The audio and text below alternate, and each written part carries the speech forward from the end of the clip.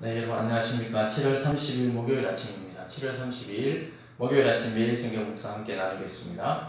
오늘은 이사야 14장 후반부입니다. 24절부터 32절인데요.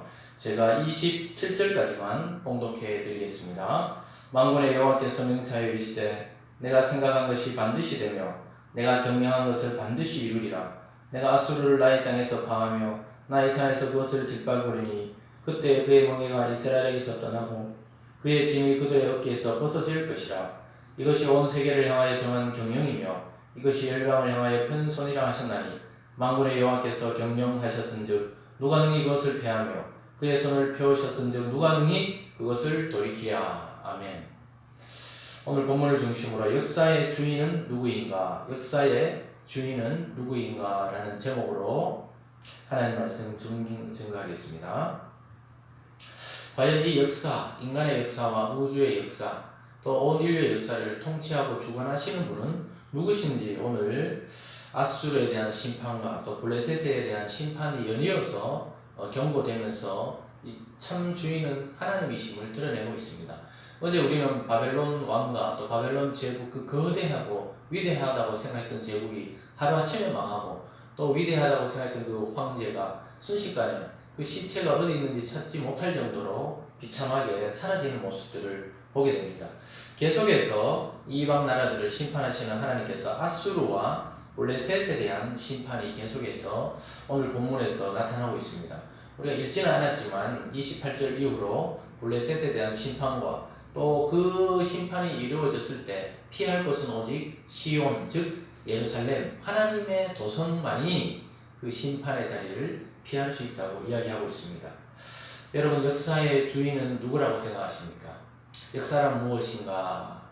이해치가의 책에 보면 역사란 무엇인가 이런 것이 있는데요. 역사의 주인은 누구인가? 이 참 중요한 질문입니다. 그 주인이 누군지를 알아야 우리는 그 주인의 뜻에 따라 그분이 연출하는 대로 살아갈 수가 있게 됩니다.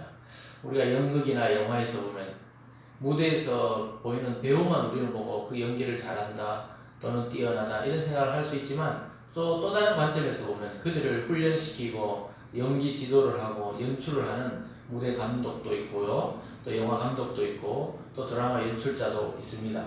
그런 것을 볼 때 그 뒤쪽에서 움직이는 사람이 더 많다는 것이죠.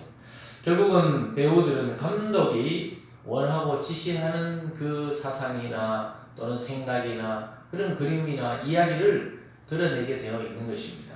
그래서 원작자는 바로 감독에게 그 권한이 들어있는 것처럼 이 역사를 움직이는 것은 사람처럼 보입니다.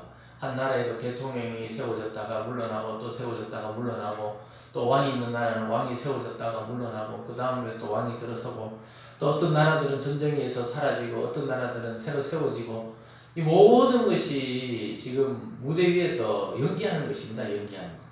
실제로는 이 전체적인 역사를 주관하시고 주장하시고 또 하나님의 뜻에 맞게 역사의 끝을 향해 달려가는 이 모든 시간표는 누가 정하느냐면 바로 창조자이시고 구속자이신 하나님이 그것을 정하고 있다는 것입니다.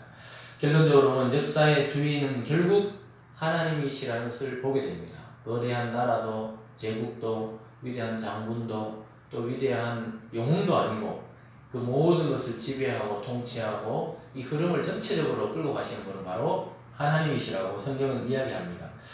오늘 첫 번째로는 하나님의 경영과 계획은 절대 변하지 않고 하나님이 계획하신 대로 이루어진다고 말씀하고 있습니다. 아수르의 심판을 통해 볼 때 그 아수르도 거대한 제국이었습니다.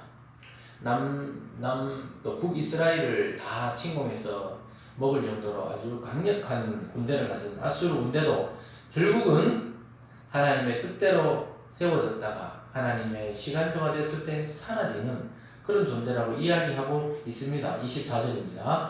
만군의 여호와께서 맹세하여 이르시되 내가 생각한 것이 반드시 되며 내가 경영한 것을 반드시 이루리라. 하나님의 생각과 하나님의 경영, 그러니까 하나님의 계획과 뜻대로 모든 것들이 흥망성쇠를 거듭하며 살아간다는 것입니다. 이것은 우리 개인의 인생을 좁혀서 생각해봐도 마찬가지입니다. 여러분과 저나 어머니 뱃속에서 나올 때 우리가 그 시와 그때 그날에 그 장소에서 내가 거기서 태어나겠다고 작정하고 태어난 사람은 아무도 없습니다. 태어나 보니 그런 부모님 밑에, 그런 지역에, 그런 장소에, 또 그런 나라에 태어나서 우리는 살고 있었습니다. 이것도 오묘한 하나님의 뜻과 계획이 여러분 개개인에 있었다는 사실입니다. 때로는 그런 부모를 만나서 원망스럽고 또 이러한 환경에 태어나서 원망스러울 때도 있지만 지금 여러분이 하나님을 믿는 자가 되어 있다면 그 모든 과정 속에 하나님이 개입했다는 사실을 기억할 수 있기를 바랍니다. 그래서 25절에도 이렇게 말합니다. 내가 아수르를 나의 땅에서 파하며, 그러니까 하나님 나라를 백성을 정복했던 그 땅에서 파하고 나의 산에서 그것을 짓밟으리니 그때 그의 멍에가 이스라엘에게서 떠나고 그의 짐이 그들의 어깨에서 벗어질 것이라. 결국은 이스라엘을 억압하고 또 포로 삼았던 아수르가 망하고 이스라엘이 다시 회복되고 돌아올 것이라는 것을 예언하고 있는 것입니다. 이것이 결국 하나님의 계획대로 이루어지고 있고 하나님이 이 세상을 경영하고 있다는 것을 보여줍니다. 27절입니다. 만군의 여호와께서 경영하셨은즉 누가 능히 그것을 패하며 그의 손을 펴으셨은즉 누가 능히 그것을 돌이키랴. 하나님이 계획하고 경영했던 것이 망할 수가 없는 것입니다. 여러분이 사업을 하든 직장을 다니든 가정을 이끌든 참 주인이 하나님이라고 인정하시고 우리 가정과 공동체와 내 직장과 사업체를 하나님의 지혜로 운영해 달라고 자꾸 이렇게 강구하고 기도할 때 정말 여러분의 사업과 직장과 가정이 아주 성공적으로 가치 있는 그러한 기업과 직장과 교회로 또 서갈 수가 있는 것입니다. 여기서 보면요, 그 손을 펴셨다는 하나님의 능력의 손을 펴서 심판의 손을 폈을 때 누가 그것을 돌이킬 수 있냐고 이야기하고 있습니다. 하나님은 자비롭고 사랑이 많으시지만 심판을 하실 때 보면 정말 무섭습니다. 하나님의 그 능력의 오른손으로 한 방 때리면 이 세상이 사라지고 나라가 사라지고 자연이 모든 것이 변화되고 뒤바뀔 수도 있는 그런 능력이기 때문에 그렇습니다. 그래서 하나님의 계획과 하나님의 경영에 여러분 개인과 가정과 또 우리 믿음의 공동체와 이 도시와 나라의 운명을 맡길 때 더욱더 안전하다는 사실을 기억하는 오늘이 되기를 바랍니다.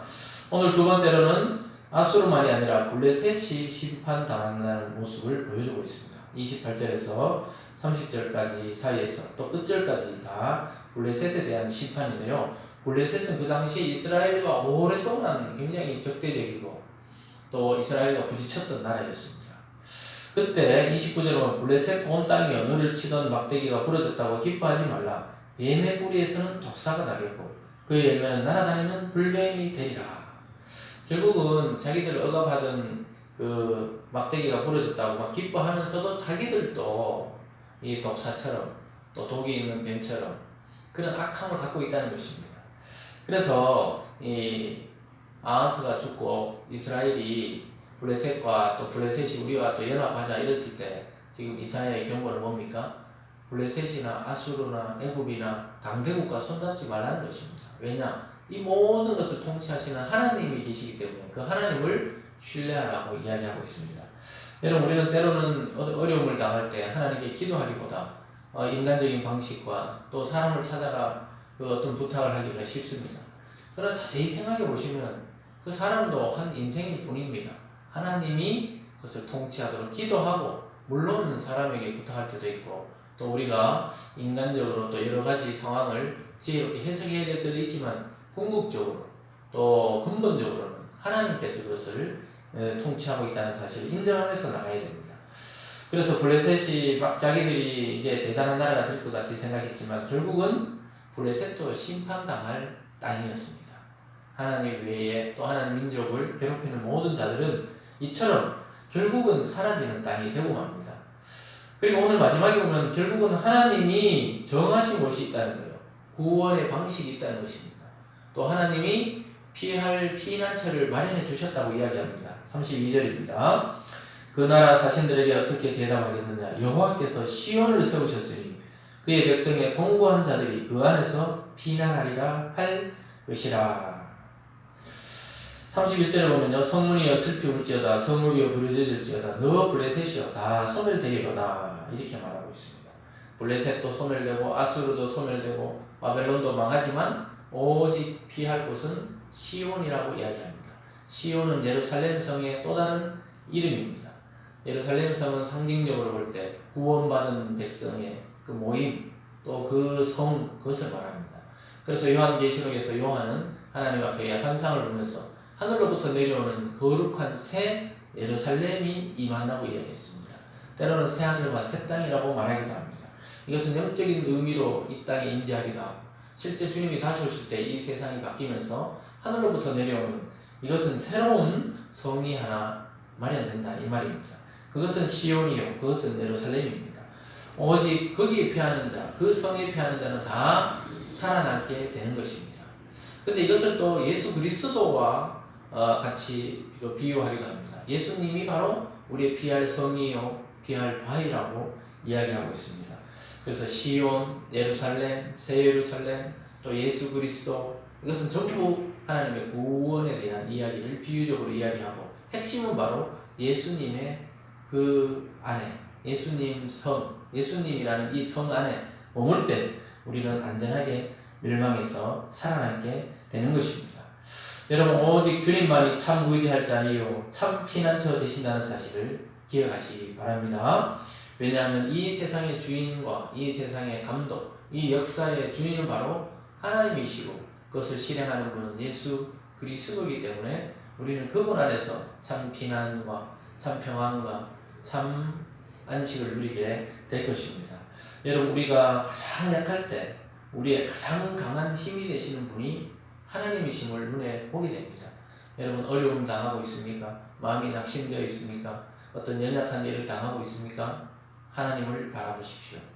약할 때 강함 되시며, 이런 찬송시처럼 여러분이 가장 약할 때 우리의 가장 강한 힘이 되시는 하나님을 발견하고 다시 일어설 수 있게 됩니다.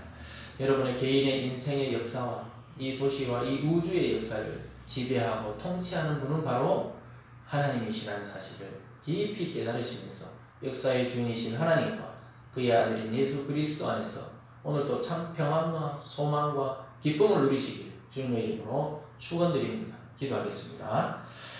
역사와 이 땅의 주인이신 하나님 아버지, 감사합니다. 하나님, 우리는 날마다 이 세상을 바라볼 때 염려와 걱정과 근심이 넘칠 때도 많습니다.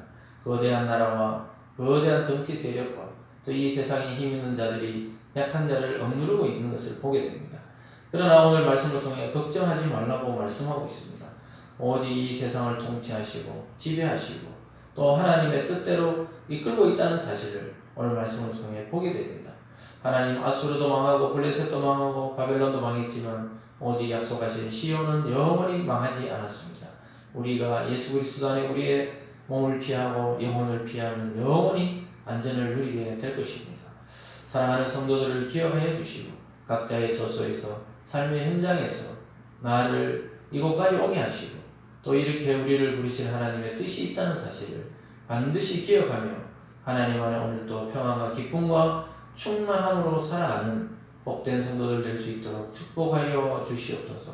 감사드리며 예수님 이름으로 기도드리옵나이다. 아멘.